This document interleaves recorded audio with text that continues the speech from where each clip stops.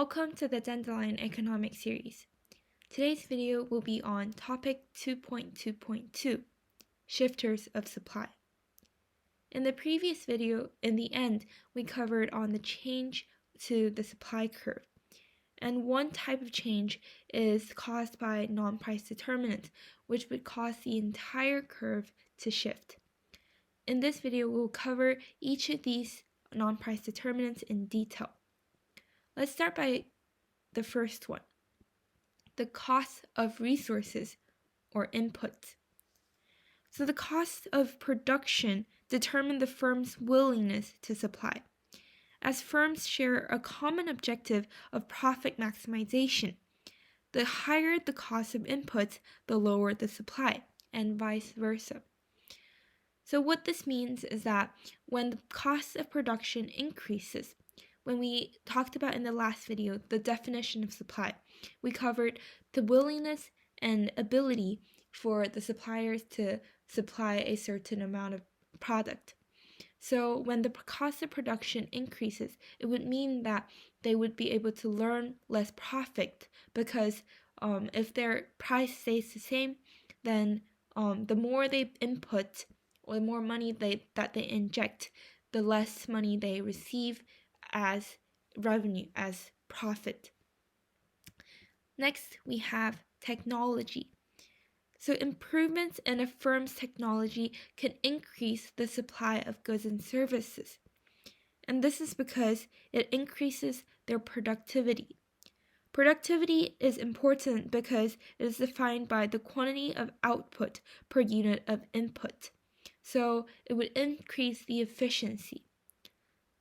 Let's look at the example here of the implementation of tractors in farms. Why does this increase efficiency? Because before, when we didn't have the technology of tractors, people would have to farm mostly by hand, and that is slow, and that would require a big time commitment. However, with the use of tractors, it speeds things up. It's able to generate and get things done in a shorter amount of time. And that means that we would have a larger room for profit because essentially we're going to spend less time with less cost for the same amount of product. Thirdly, we have the number of firms or sellers in the market. So let's review the concept of market supply. We talked about how market supply is the sum of individual supplies. So then it makes it important that when there are more suppliers, it would mean that there are more supply, and thus a rightward or outward shift of the supply curve. Because comparing if you have only one supplier of a certain good in the market, the total amount would be only from that one company or that one firm. However, if you have 10 companies in that same market, all of their products will count towards market supply, and that would greatly improve and increase that amount. Fourth, we have further expectations. So further expectations specifically mean about the expectations for future situations and conditions that would affect supply. There are two types of expectations. Firstly, future price. If firms expect prices of the products that they sell to increase, then they would probably withhold part of their production, and this is called hoarding.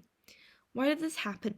Because if they know that the price in the future will be higher, then why don't they just stop selling them right now and sell more of them in the future so that they could gain a greater amount of profit? They would also expect something about the future economy. So if the firms expect the economy in the future to do well, they will expect people to have more money to spend, and consumption will therefore increase. So they would also like to sell more in the future. We also have the concept of related goods. So when producers have a choice as to what to produce, it means that they have alternative supply. And this drives to two different supply types. Firstly, joint supply. It is when two or more goods derived from the same product are produced. So this means that there is a second good or a byproduct.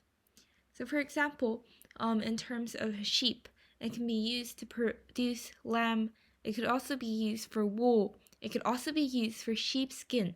So there is from one a sole resource of the sheep, there are multiple goods that can be produced. So at the same time when they're produced, when the supply of one increases, the supply of others would also increase, because if we're using one sheep compared to if we're using two sheep, then the products that we get from two sheep would obviously increase.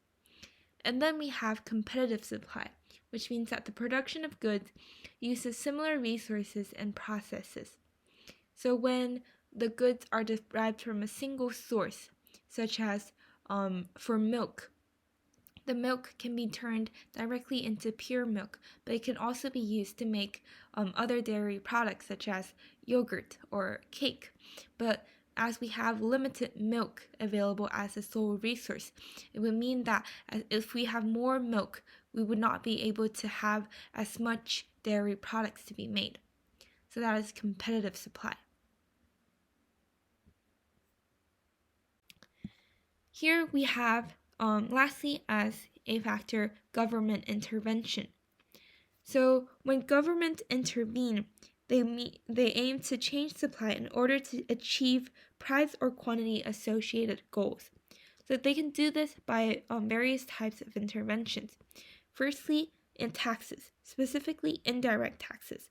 So these are taxes imposed on products to raise production costs and therefore to reduce supply. Next, we have subsidies.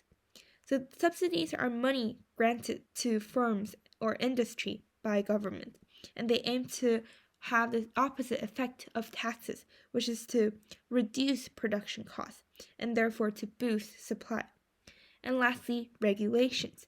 They require certain behaviors of individuals, and they require them to adhere to certain rules. And this would possibly increase the production costs and aim to reduce supply. So here are the 6 factors. And in this image here, we have the 5 shifters of supply. However, we covered 6 of them that would be helpful for you to remember. And here it illustrates how supply would decrease and increase according to the supply shifter. And that's all from Dandelion today. If you have any questions, please comment down below. And if you would like to stay tuned for further videos, please click subscribe. See you next time.